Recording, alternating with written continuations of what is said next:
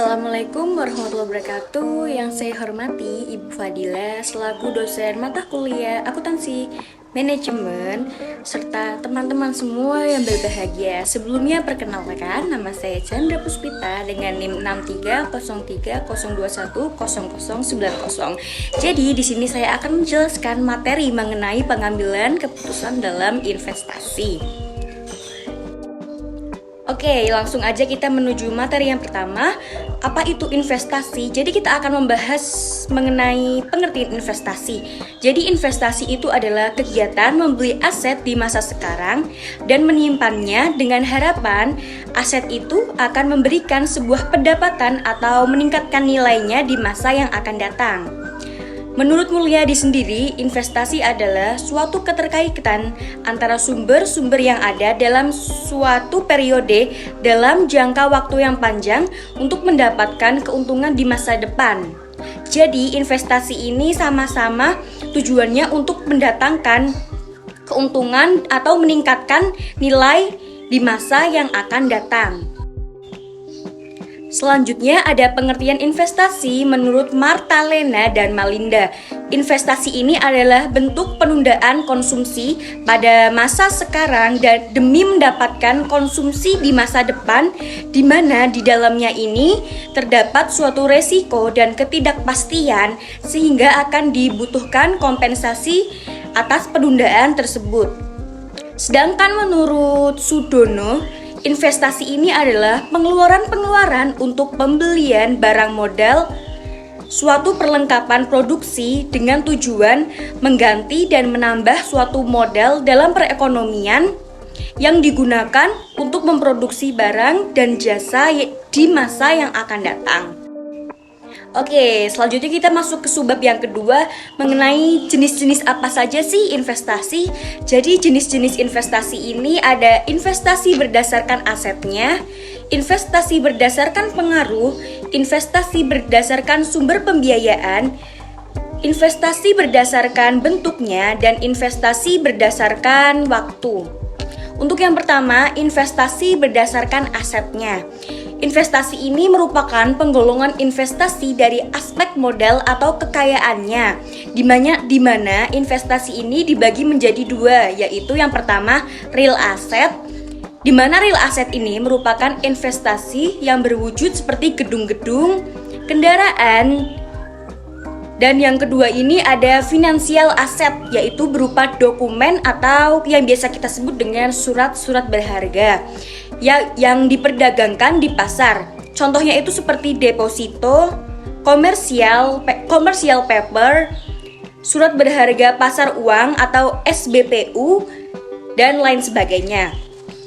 Jadi financial asset juga diperdagangkan di pasar modal seperti saham, obligasi, warrant, dan sebagainya. Untuk yang kedua ini ada investasi berdasarkan pengaruh. Jadi investasi model ini merupakan investasi yang berdasarkan pada faktor dan keadaan yang mempengaruhi atau tidak berpengaruh dari kegiatan investasi tersebut. Investasi berdasarkan pengaruh ini dibagi menjadi dua. Yang pertama ada investasi autonomous, yaitu investasi yang berdiri sendiri, yaitu investasi yang tidak dipengaruhi tingkat pendapatan. Jadi investasi ini bersifat spekulatif, misalnya pembelian surat-surat berharga. Lalu yang kedua ada investasi induced atau investasi yang mempengaruhi dan menyebabkan, yakni investasi yang dipengaruhi oleh kenaikan permintaan akan barang dan jasa serta tingkat pendapatan, misalnya penghasilan transitori. Lalu jenis-jenis investasi yang ketiga. Jenis-jenis investasi yang ketiga ini yaitu investasi berdasarkan sumber pembiayaannya. Investasi ini berdasarkan kepada pembiayaan asal atau asal-usul investasi itu memperoleh dana. Investasi ini dibagi menjadi dua macam. Yang pertama ada investasi yang bersumber dari dana dalam negeri atau PMDN. Investornya itu dari dalam negeri. Dan yang kedua ini ada investasi yang bersumber dari modal asing. Jadi pembiayaan investasi bersumber dari investor asing atau investor dari luar. Yang keempat ada investasi berdasarkan bentuk, yaitu investasi yang didasarkan pada cara menanamkan investasinya. Investasi modal ini dibagi menjadi dua bentuk, yaitu yang pertama ada investasi langsung yang dilaksanakan oleh pemiliknya sendiri, seperti membangun pabrik, membangun gedung selaku kontraktor, membeli total atau mengakuisisi perusahaan. Dan yang kedua ada investasi tidak langsung yang disebut dengan investasi portofolio. Investasi tidak langsung ini dilakukan melalui pasar modal dengan instrumen surat-surat berharga seperti saham, obligasi, reksadana, serta turunannya. Selanjutnya yang kelima yaitu investasi berdasarkan waktu. Investasi berdasarkan waktu ini dibagi menjadi dua, yaitu investasi berdasarkan jangka pendek dan investasi berdasarkan jangka yang panjang. Investasi berdasarkan jangka yang pendek ini merupakan penanaman modal oleh seseorang yang berjangka waktunya ini relatif pendek, misalnya setahun atau 2 tahun. Contohnya itu seperti tabungan di bank, deposito, instrumen pasar uang. Lalu investasi dengan jangka yang panjang ini adalah penanaman atau penyertaan sebagian kekayaan suatu perusahaan dengan maksud untuk memperoleh pendapatan tetap dan untuk menguasai atau mengendalikan perusahaan tersebut dalam waktu 5 tahun atau seterusnya. Contohnya dalam waktu jangka yang panjang ini seperti saham, reksadana, obligasi, emas batangan, properti, dan barang koleksi, serta barang lainnya. Oke, kita masuk ke metode penilaian investasi. Metode penilaian investasi yang pertama ini ada payback period method, di mana payback period method ini adalah jangka waktu yang dibutuhkan supaya dana investasi yang masuk ke dalam kegiatan investasi bisa didapatkan kembali secara utuh. Ini berhubungan dengan investor yang biasanya tak ingin memiliki investasi yang punya periode pengembalian yang cukup lama, yang terlalu lama. Jadi untuk rumusnya, jika jumlah aliran kas per tahun ini berbeda, rumusnya payback period sama dengan N plus A min B per C min B dikali dalam 1 tahun. Dan jika jumlah aliran kas per tahun ini sama, rumusnya payback period sama dengan investasi awal per arus kas dikali 1 tahun. Untuk keterangannya, N ini sebagai tahun terakhir jumlah arus kas belum bisa menutupi modal investasi awal. Untuk A yaitu jumlah investasi awal, B jumlah kumulatif arus kas pada tahun ke N, dan C yaitu jumlah kumulatif arus kas pada tahun ke N ditambah dengan 1. Untuk jumlah aliran kas per tahun yang sama ini, periode pengembalian lebih cepat itu dinyatakan layak, dan periode pengembalian lebih lama itu dinyatakan tidak layak. Jika usulan proyek investasi lebih dari 1, maka periode pengembalian yang lebih cepat yaitu yang lebih dipilih. Apa saja sih kelebihan payback period method ini?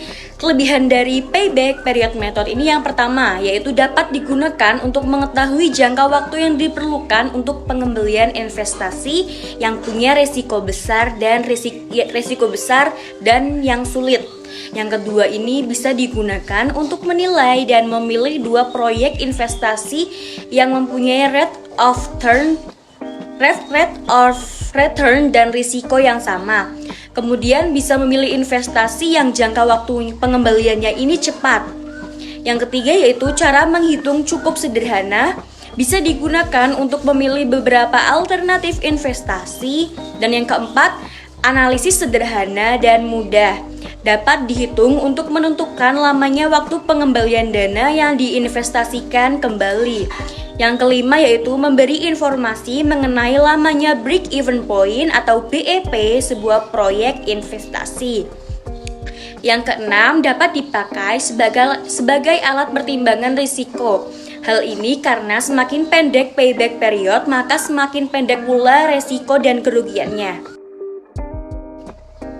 Untuk kekurangan dari payback period method yaitu tak memperhitungkan penerimaan investasi atau proses yang diperoleh setelah periode pengembalian itu tercapai. Yang kedua yaitu mengabaikan time value of money sebagai investasi. Yang ketiga, tidak memberi informasi soal tambahan value untuk perusahaan. Yang keempat, digunakan untuk mengukur kecepatan kembalinya dana. Jadi, artinya tidak mengukur keuntungan proyek pembangunan yang telah direncanakan. Yang keenam, tidak membedakan antara proyek yang membutuhkan investasi kas yang berbeda. Yang ketujuh, tak memperhitungkan biaya untuk mendukung investasi termasuk selama payback period. Dan yang kedelapan, ada mengabaikan nilai sisa dari investasi. Oke, selanjutnya kita masuk ke contoh soal metode payback period. Yang pertama ini ada PT Belajar sukses berinvestasi sebesar 100.000 US dollar pada aktiva tetapnya dengan arus kas sebagai berikut. Untuk tahun pertama, arus kasnya 50.000 US dollar dan arus kas kumulatif 50.000 US dollar. Untuk tahun kedua, arus kasnya 40.000 US dollar dan arus kas kumulatifnya ada 90.000 US dollar. Dan tahun ketiga ada arus kasnya 30.000 US dollar dan arus kas kumulatifnya 120 US dollar. Dan tahun keempat arus kasnya ada 20.000 US dollar dan arus kas kumulatifnya 140.000 US dollar. Maka diperoleh N-nya itu sama dengan 2 dan A-nya sama dengan 100.000 US dollar, B-nya 90.000 US dollar dan C-nya 120.000 US dollar. Maka payback periodnya ini payback period sama dengan N plus A min B per C min B dikali 1 tahun. N-nya tadi diperoleh sama dengan 2 ditambah 100.000 dikurangi 90.000 US dollar per 120.000 dikurangi 90.000 US dollar dikali dalam 1 tahun. Jadi hasilnya ini adalah 1/3 tahun. Jadi payback periodnya adalah 1/3 tahun atau 2 tahun 4 bulan. Maka modal yang dihabiskan ini 100.000 US dollar bisa dikembalikan dalam jangka waktu 2 tahun 4 bulan. Untuk soal yang kedua yaitu arus kas setiap tahunnya jumlahnya yang sama. PT Maju Belajar melakukan investasi sebesar 45.000 US dollar dengan jumlah arus kas per tahunnya adalah 22.500 US dollar. Maka payback periodnya adalah dengan rumusnya yaitu investasi awal per arus kas dikali 1 tahun. Investasi awalnya itu tadi 45.000 US dollar per 22.500 US dollar dikali 1 tahun. Jadi payback periodnya itu adalah 2 tahun.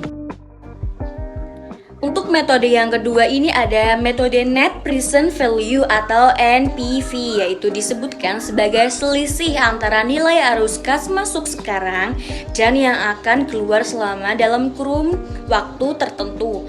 Penganggaran modal dan perencanaan investasi memakai NPV ini sebagai metode dalam menentukan keuntungan atau yang biasa kita sebut dalam profitabilitas. Untuk rumus net present value ini C1 per 1 plus R ditambah C2 per 1 plus R dikali 2 plus C3 per 1 plus R dikali 3 ditambah sampai seterusnya ditambah CT per 1 plus R dikali T sampai C0. Untuk keterangannya NPV ini sebagai net present value dalam rupiah. Untuk CT yaitu rumus arus kas per tahun pada periode ke-T. Untuk C0 yaitu nilai investasi awal pada tahun ke-0. Ini dalam rupiah ya teman-teman. Untuk R ini suku bunga atau discount rate dalam persentase. Apa saja sih kelebihan dari NPV method ini? Yaitu kelebihannya ini ada menghitung seluruh arus kas dengan tidak mengesampingkan aliran kas dalam periode investasi yang sedang berlangsung saat itu. Yang kedua ada metode NPV ini yaitu mengutamakan time value of money atau disebut dengan kepentingan waktu ketimbang uang, sehingga masuk faktor perubahan nilai uang selama berjalannya investasi. Yang ketiga yaitu dijadikan sebagai sarana memudahkan pembisnis mendapatkan informasi, khususnya kemungkinan usaha atau bisnis yang akan dijalankan ini mendatangkan keuntungan atau mendatangkan sebuah kerugian. Dan yang keempat, cara ini dipakai dalam mempertimbangkan risiko arus kas yang masuk. Jadi kondisi ini membuat pengembalian modal yang muncul ini terlihat semakin menjadi lebih jelas. Jadi ini lebih jelas. NPV juga memiliki kekurangan. Di samping memiliki kelebihan, kekurangannya yaitu NPV ini sangat bergantung pada banyak asumsi dan perkiraan, sehingga dapat dijadikan sebagai sumber memahami dan mengantisipasi kesalahan dalam menganalisis. Yang kedua yaitu proyek mungkin memiliki pengeluaran tidak terduga, karena dalam memulainya dan mungkin sebuah proyek terdapat pengeluaran tambahan yang muncul di akhir proyek. Yang ketiga yaitu sebagai perkiraan dari presentasi arus kas masuk tidak dianggap setara dengan risiko dalam bisnis. Karena itu pelaku bisnis akan mengasumsikan di tingkat maksimal karena bisnis ini terlalu optimis. Lalu memerlukan adanya pengaturan dalam mengantisipasi biaya yang tidak terduga. Khususnya ini terdapat arus kas yang terlalu adanya optimistis dari sebuah usaha. NPV ini menilai arus kas yang dimunculkan dalam periode terhitung, tetapi kondisi ini mengabaikan waktu yang dibutuhkan terhadap operasi untuk bisa balik modal. Langsung saja masuk ke soal tentang NPV method, yaitu yang pertama, manajemen perusahaan ADC ingin membeli mesin produksi untuk meningkatkan jumlah produksi produknya. Harga mesin produksi yang baru tersebut adalah 150 juta dengan suku bunga pinjaman sebesar 12% per tahun. Arus kas yang masuk diestimasikan sekitar 50 juta per tahun selama 5 tahun. Pertanyaannya, apakah rencana investasi pembelian mesin produk ini dapat dilanjutkan? Penyelesaiannya yaitu diketahui CT-nya yaitu 50 juta, C0-nya 150 juta dengan R sama dengan 12% yaitu 0,12. Jawabannya masukin ke rumusnya C1 per 1 plus R ditambah C2 per 1 plus R kali 2 plus C3 per 1 plus R dikali 3 plus C3 per 1 plus R dikali 4 plus CT per 1 plus R dikali T sama min C0. Dimasukin 50 per 1 plus 0,12 plus 50 per 1 plus 0,12 dikali 2 ditambah 50 per 1 plus 0,12 dikali 3 ditambah 50 per 1 plus 0,12 dikali 4 plus 50 per 1 plus 0,12 dikali 5 min 150. 44 hasilnya ini 44,64 ditambah 39,86 ditambah 35,59 ditambah 31,78 ditambah 28,37 dikurangi 150. Hasilnya 30,24. Jadi nilai NPV-nya ini adalah sebesar 30,24 juta. Selanjutnya ada metode yang ketiga yaitu internal rate of return, yaitu atau biasa kita sebut IRR, adalah indikator yang digunakan dalam analisa keuangan untuk memperkirakan profitabilitas investasi. IRR ini juga diartikan sebuah metode yang digunakan untuk menghitung tingkat bunga suatu investasi dan menyamakan dengan nilai investasi saat ini berdasarkan dengan perhitungan pada kas bersih di masa yang akan datang. Rumusnya IRR itu apa? Rumusnya IRR itu I1 di plus NPV 1 dikurangi NPV 2 I2 dikurangi I1. Keterangannya yaitu IRR adalah internal rate of return. I1 yaitu tingkat diskonto yang menghasilkan NPV itu plus. I2 yaitu tingkat diskonto yang menghasilkan NPV min. NPV 1 yaitu net present value yang positif. NPV 2 yaitu net present value ya. Apa saja sih kelebihan dan kekurangan dari IRR method? Yaitu yang kelebihannya ini ada pertama, dengan Anda menggunakan metode IRR ini, Anda bisa mengetahui apakah investasi yang dipilih ini layak atau tidak layak. Dan yang kedua, metode IRR ini mempertimbangkan konsep time value of money serta rasio arus masuk ini di kemudian untuk pengembalian modal investasi. Yang ketiga, metode ini juga mempertimbangkan setiap arus kas yang ada. Lalu kekurangannya, keputusan yang dihasilkan dengan metode ini tidak selalu tepat. Yang kedua, metode IRR hanya bisa menunjukkan hasil maksimal ketika suatu instrumen investasi mempunyai kapital berupa rasio. Yang ketiga, dibutuhkan nilai cost of capital. Jadi ketika nantinya menghitung menggunakan metode IRR. Jadi selanjutnya kita masuk ke contoh soal tentang IRR method. Sebuah perusahaan memberikan usulan untuk melakukan investasi senilai 140 juta. Arus kas yang dihasilkan setiap tahun ini sebanyak 22 juta selama 6 tahun. Asumsi rate of return-nya sebesar 13%. Saat menghitung diskonto, NPV-nya yang dihasilkan adalah 6.649.000 dengan diskonto sebesar 12% dan Rp 659.000 dengan diskonto 10%.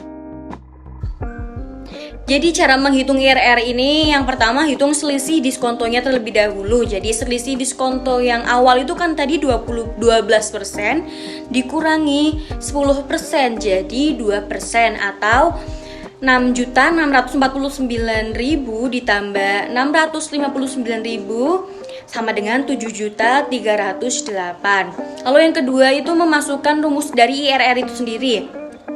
Adapun nilai IRR-nya adalah sebagai berikut. IRR sama dengan 10% ditambah 659.000 dibagi 7.308 dikali 2% sama dengan 10,18%. Lalu yang langkah terakhir ini memberikan kesimpulan dengan asumsi rate of return-nya adalah sebesar 13% dan IRR-nya itu tadi dihitung hasilnya 10,18%, maka angka 10,18% ini tergolong kecil. Oleh karena itu sebaiknya investasi ini tidak dijalankan, namun sebaiknya investasi ini justru ditolak. Yang keempat ada metode penilaian investasi yaitu Profitability Index atau PE method. Menghitung perbandingan antara nilai arus kas bersih yang akan datang dengan nilai investasi yang sekarang. Profitability Index ini harus lebih besar dari 1 baru dikatakan layak. Semakin besar PE, investasi ini dinyatakan semakin layak. Untuk rumusnya Profitability Index yaitu arus kas per investasi. Arus kas ini merupakan nilai total dari arus kas setelah dikurangi dengan cost of capital yang ditetapkan oleh bank. Dan investasi sendiri ini nilai investasi yang dikeluarkan pada awal periode. Untuk kelebihan dan kekurangannya, untuk kelebihannya yaitu mempertimbangkan nilai waktu daripada uang, jadi time value of money. Dan yang kedua ada menentukan terlebih dahulu tingkat bunga yang akan digunakan. Yang ketiga ada konsisten dengan tujuan perusahaan, yaitu di mana memaksimalkan kekayaan pemegang saham. Namun PE ini juga memiliki kelemahan. Kelemahannya yaitu dapat memberikan panduan dan pilihan yang salah pada proyek-proyek yang mutually eksklusif yang memiliki unsur ekonomis dan skala yang berbeda. Selanjutnya ada metode yang kelima atau yang terakhir yaitu ada benefit per cost ratio, B per C ratio. B per C ratio ini mengukur mana yang lebih besar biaya yang dikeluarkan dibandingkan dari hasilnya atau output yang diperoleh. Biaya yang dikeluarkan dinotasikan dengan C atau cost. Output yang dihasilkan dinotasikan dengan B atau benefit yaitu keuntungan. Untuk rumusnya B per C ratio yaitu jumlah pendapatan atau B dibagi total biaya produksi atau TC. Di sisi lain rumus metode pengukuran kelayakannya adalah seperti demikian. Apabila B per C ini rasionya lebih dari 1, maka usaha tersebut layak untuk dilanjutkan. Namun jika hasil perhitungan B per C rasionya kurang dari 1, usaha tersebut tidak layak untuk dilanjutkan, atau sebuah perusahaan ini akan mengalami sebuah kerugian jika dilanjutkan. Untuk kelebihan dan kekurangan dari B per C ratio method, yaitu kelebihannya dari penerapan metode ini ialah kita dapat melihat seberapa rasio keuntungan sih yang bisa didapatkan hanya dari perhitungan antara jumlah pendapatan dan total biaya produksi. Jadi dengan kata lain, metode ini memperhitungkan aliran kas selama umur proyeksi investasi. Namun selain dari kelebihan tersebut, metode ini juga memiliki kekurangan. Penerapan metode ABC ratio ini memiliki kekurangan berupa proses perhitungan yang lama karena perlu mengidentifikasi terlebih dahulu semua biaya-biayanya. Oke, kita masuk ke contoh soal B per C ratio. Soalnya itu sebuah bisnis kedai kopi memperoleh pendapatan sebesar 200 juta pada tahun pertama, sementara modal yang dikeluarkan selama 1 tahun sebanyak 97 juta, di mana modal tersebut sudah termasuk biaya implisit dan eksplisitnya. Maka perhitungan B per C ratio-nya yaitu B per C ratio yaitu 200 juta dibagi 97 juta. Maka B per C ratio-nya yaitu 2.061. Berdasarkan hasil perhitungan di atas, B per C ratio bisnis kedai kopi adalah sebesar 2,061, di mana tidak kurang dari 1. 2,061 ini lebih dari 1 nilainya. Dengan demikian, bisnis kedai kopi ini sangat menguntungkan serta layak untuk dilanjutkan. Oke, mungkin itu saja materi yang bisa saya sampaikan mengenai pengambilan keputusan investasi yang tadi kita membahas tentang pengertian dari investasi, jenis-jenis dari investasi, lalu metode-metode dalam pengambilan keputusan investasi dan contoh-contoh soalnya, lalu kelebihan dan kekurangan dari metode-metode tersebut. Semoga teman-teman semuanya bisa memahami apa yang saya sampaikan di video kali ini. Selanjutnya saya mohon maaf apabila ada salah penyampaian dalam saya berkata. Terima kasih semuanya. Wassalamualaikum warahmatullahi wabarakatuh.